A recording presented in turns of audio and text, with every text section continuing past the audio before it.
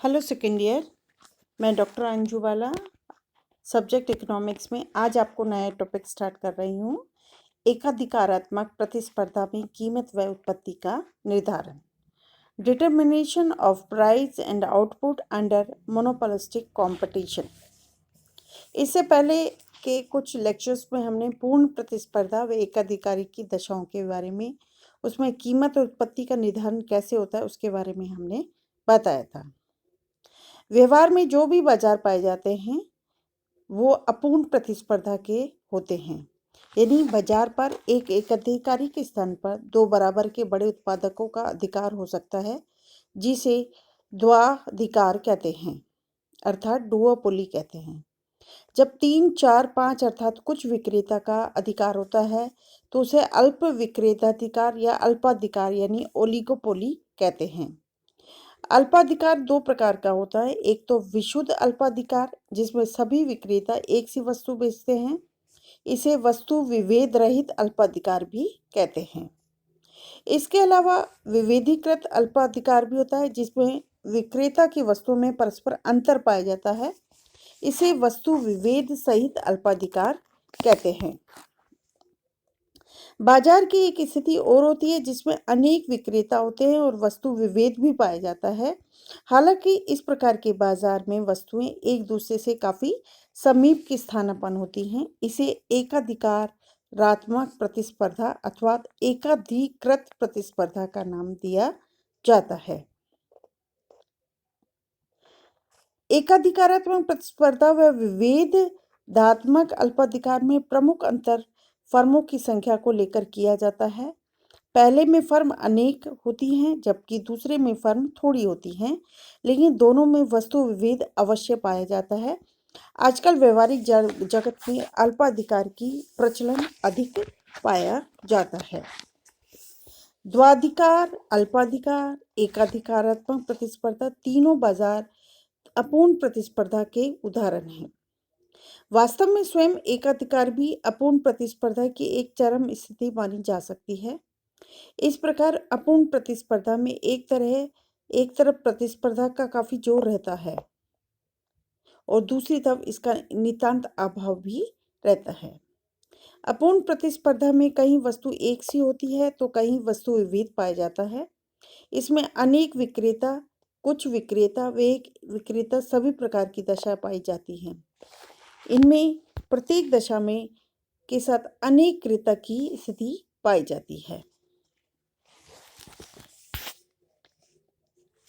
एकाधिकारात्मक प्रतिस्पर्धा, इसमें हम पहले भी बता चुके हैं, अनेक विक्रेता होते हैं लेकिन साथ में वस्तु विभेद पाया जाता है।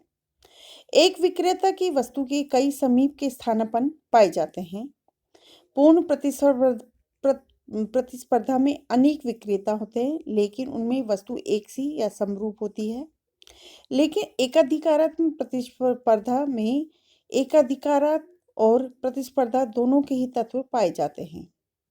एकाधिकार का तत्व तो है इस रूप में पाया जाता है कि प्रत्येक विक्रेता के अपने कुछ ग्राहक होते हैं जिनसे फर्म वस्तु विभेद के कारण थोड़ा ऊंची कीमत लेने में समर्थ हो जाते हैं।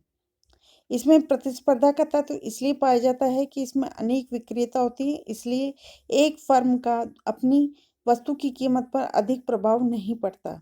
इसमें प्रतिस्पर्धा का भय निरंतर बना रहता है। इकट व लेफ्टविच के अनुसार एकाधिकारात्मक प्रतिस्पर्धा में विशुद्ध प्रतिस्पर्धा की भांति एक वस्तु के बहुत से विक्रेता होते हैं। इनमें से प्रत्येक विक्रेता संपूर्ण बाजार की तुलना में इतना छोटा होता है कि इसकी क्रियाओं का बाजार पर अथवा अन्य विक्रेताओं का कोई असर नहीं पड़ता। फर्मों के परस्पर संबंध अवैयक्तिक होते हैं। प्रत्येक फर्म इस प्रकार का आचरण करती है कि मानो कि वह बाजार में अनेक फर्मों से स्वतंत्र हो। उनके अनुसार एक फर्म के औसत आय वक्र की आकृति अब केवल अन्य फर्मों के दूर के प्रतिस्पर्धियों की प्रतियोगिता से ही प्रभावित नहीं होगी, जिनके कार्यों के बारे में चाहे वे व्यक्तिगत फर्म फिक्र ना करे, लेकिन उन्हीं एकाधिकारी समूह के बहुत समीप के प्रतिस्पर्धियों के कार्यों में से यह निर्धारित होगी, उनके कार्यों पर गहरी नजर रखनी पड़ेगी। एकाधिकारात्मक प्रतिस्पर्धा के लक्षण के संबंध में प्राय यह भी स्वीकार किया जाता है कि इसमें प्रत्येक विक्रेता कीमत निर्धारण, विज्ञापन व वस्तु विविध के विषय में अपनी स्वतंत्र नीति निर्धारित कर सकता है। बाजार में अनेक विक्रेता होते हैं तथा वस्तु की कई किस्में होती हैं, इसलिए किसी भी अकेले विक्रेता के कार्यकलापों पर अन्य विक्रेता विशेष ध्यान नहीं देते। वह कीमत घटाकर अन्य विक्रेताओं को गहरी क्षति नहीं पहुंचा सकते। लिप्से व क्रिस्टल के अनुसार एकाधिकारात्मक प्रतिस्पर्धा का सिद्धांत निम्न 4 मान्यताओं पर आधारित है। पहला, प्रत्येक फर्म उद्योग की विभेदीकृत वस्तु की एक विशेष किस्म ब्रांड का उत्पादन करती है, अतः प्रत्येक फर्म का मांग वक्र काफी लोचदार होता है क्योंकि अन्य फर्मों द्वारा बेची जाने वाली वस्तु अन्य किस्म की उनके लिए समीप की स्थानापन्न होती हैं। दूसरा, प्रत्येक उद्योग में इतनी अधिक फर्में होती हैं कि उनमें से प्रत्येक फर्म जब अपनी उत्पत्ति व कीमत संबंधी निर्णय लेती है तो वह अनेक प्रतिस्पर्धियों की संभावित प्रतिक्रियाओं का कोई परवाह नहीं करती। तीसरी, फर्मों को उस उद्योग में प्रवेश करने और बाहर जाने की पूर्ण स्वतंत्रता होती है। चौथा, उद्योग में प्रतिसाम्य की दशा पाई जाती है। जब कोई नई फर्म प्रवेश करती है, मान लीजिए जब वह उस वस्तु के बाजार का 5% का कब्जा लेती है, तो यहाँ पर यह मान्यता भी होती है कि प्रत्येक प्रचलित फर्म की बिक्री के 5% भाग पर अपना कब्जा जमा लेती है। इसे सिमेट्री की मान्यता कहते हैं। एकाधिकारात्मक प्रतिस्पर्धा में एक फर्म के समक्ष 2 किस्म के मांग वक्रों की कल्पना की जा सकती है। इनमें से एक तो लोचदार होती है और दूसरी अपेक्षाकृत बेलोच या कम लोचदार होती है। लोचदार मांग वक्र के पीछे यह मान्यता होती है कि एक फर्म अपनी कीमत थोड़ी कम करके अपनी मांग काफी बढ़ा लेती है, क्योंकि अन्य प्रतिद्वंदी फर्में अपनी कीमतें नहीं बदलती। बेलोच व कम लोचदार मांग वक्र के पीछे यह मान्यता होती है कि एक फर्म के द्वारा कीमत घटाने से अन्य फर्में भी अपनी कीमत घटा देती हैं, जिससे पहली फर्म की मांग थोड़ी ही बढ़ पाती है। एकाधिकारत प्रतिस्पर्धा के अंतर्गत 2 मांग वक्र को चित्र के द्वारा हम बाद में स्पष्ट करेंगे। प्रतिस्पर्धा में एक फर्म का औसत आय वक्र क्षैतिज होता है और इस पर अन्य उत्पादकों का कोई प्रभाव नहीं पड़ता। इसी प्रकार एकाधिकारी फर्म का औसत आय वक्र पूर्णतः उपभोक्ता की मांग पर निर्भर करता है और उस पर अन्य उत्पादकों के कार्यों का कोई प्रभाव नहीं पड़ता। वास्तव में एकाधिकारात्मक प्रतिस्पर्धा में अनेक एकाधिकारी एक दूसरे के प्रतिस्पर्धा करते हैं।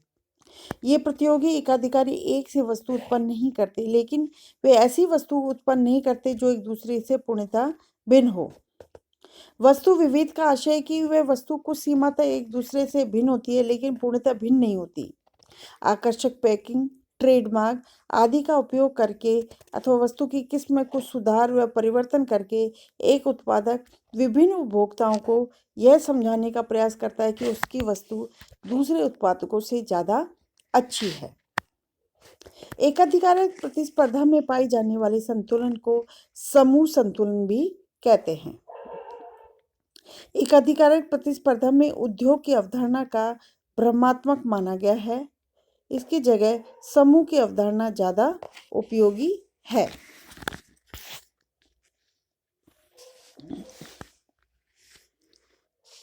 ऐसी बहुत सी वस्तुएं हैं भारत में, जैसे कि रेडीमेड पोशाकें, सूती वस्त्र, नहाने के अनेक साबुनें, टूथपेस्ट आदि में एकाधिकारक प्रतिस्पर्धा की स्थिति उत्पन्न हो गई है। लक्स, रेक्सोना, हमाम, मोती, Dove, Lifebuoy plus, new Jai, Nirma, Vigil, Ganga, Santoor, पोटेक्स, इविटा, मार्बल, ओके, ब्रिज, लिरिल आदि बहुत सी नाने की सौंदर्य साबुनों में एकाधिकारात्मक प्रतिस्पर्धा की दशा देखने को मिलती है।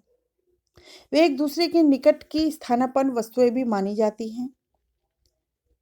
ये कहा जाए कि जब एक वस्तु की विभिन्न ट्रेडमार्कों का उत्पादन विभिन्न फर्मों के द्वारा किया जाता है, तभी एकाधिकारात्मक प्रतिस्पर्धा की दशा उत्पन्न होती है। यदि एक ही कंपनी कई प्रकार के बॉन्ड निकालती है तो धीरे धीरे अल्प अधिकार की स्थिति उत्पन्न हो जाती है और उसका अध्ययन एकाधिकारात्मक प्रतिस्पर्धा के अंतर नहीं किया जाता। साबुन के उदाहरण को अल्पाधिकार के अंतर भी लिया जा सकता है। इसके लिए यह तर्क दिया जाता है कि एक कंपनी एक से अधिक ब्रांड बनाती है जिससे फर्मों की संख्या घट जाती है। जैसे भारत में Hindustan Lever company Rexona, Lux International, Breeze, लिसेंसी, लिरिल, लाइफ बॉय, पियर्स आदि साबुन बनाती है। डाटा कंपनी हमाम, नया, जय, मोती आदि बनाती है तो Godrej company Vita, Cinthol, Ganga, limelight, marble, crowning glory आदि बनाती है।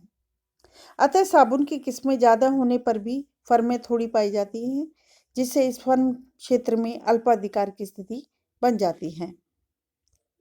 अनेक किरानों की दुकानों पर एक वस्तु की अनेक ब्रांड मिलती हैं जिनकी कीमतों को मामूली अंतर पाए जाते हैं। ग्राहकों को अपनी विभिन्न ब्रांडों के अपनी अपनी पसंद होती हैं, इसलिए कीमतों के मामूली अंतर बने रहते हैं। अतः एकाधिकारात्मक प्रतिस्पर्धा में अनेक विक्रेता व वस्तु विविध के अलावा दो लक्षण पर भी ध्यान देना आवश्यक है।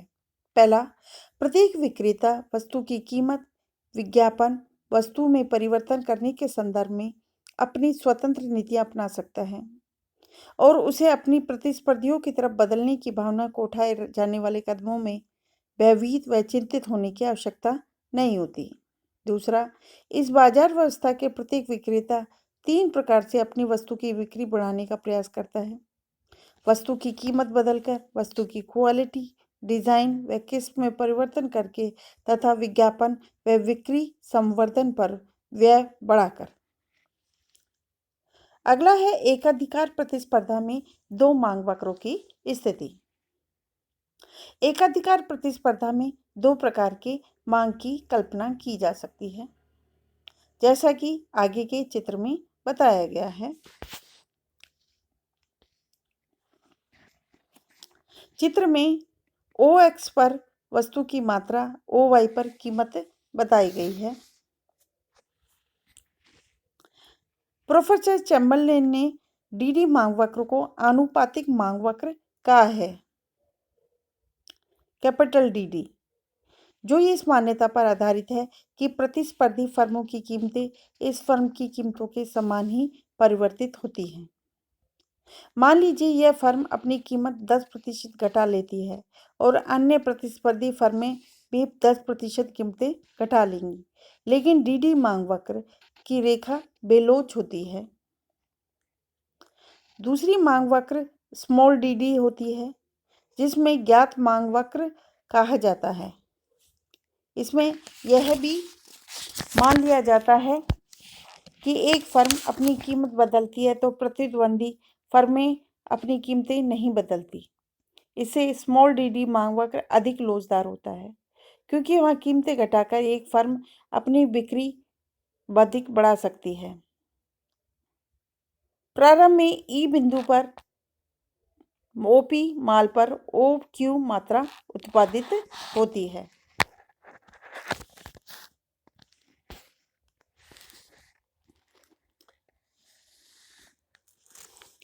एकाधिकार प्रतिस्पर्धा में अल्पकाल में कीमत निर्धारण। एकाधिकार प्रतिस्पर्धा में फर्म का संतुलन उसी बिंदु पर होता है जहां सीमांत लागत वक्र आय के बराबर यानी MC=MR होता है, लेकिन यहाँ मुख्य अंतर फर्म के औसत आय वक्र या मांग वक्र को लेकर होता है। एकाधिकार में फर्म का AR यानी औसत रेवेन्यू और DD मांग वक्र अधिक लोचदार होता है। इसका कारण यह है कि यदि फर्म अधिक कीमत घटा देती है, अन्य फर्में के ग्राहक इसकी तरफ आने लगते हैं, जिससे उसकी कुल मांग बढ़ जाती है। लेकिन जैसे कि मान्यताओं पर बताया गया है, अन्य फर्मी के थोड़े थोड़े ग्राहक ही अपने तरफ आकर्षित करती है, जिससे उनमें प्रत्येक को गहरी क्षति नहीं पहुंचती, इसलिए वे इससे बदला लेने की प्रेरित नहीं होती। इसके विपरीत यदि कीमतें बढ़ा देती है तो ग्राहक दूसरी तरफ जाने लगते हैं, जिससे उसकी मांग काफ़ी घट जाती है। हालांकि पूर्ण प्रतिस्पर्धा की बातें शून्य नहीं हो जाती। कुछ ग्राहक कीमत बढ़ने पर भी उसी फर्म से माल खरीदते रहते हैं, क्योंकि वह समझते उसके माल को दूसरों से उत्तम समझते हैं, जैसा कि आगे के चित्र में बताया गया है।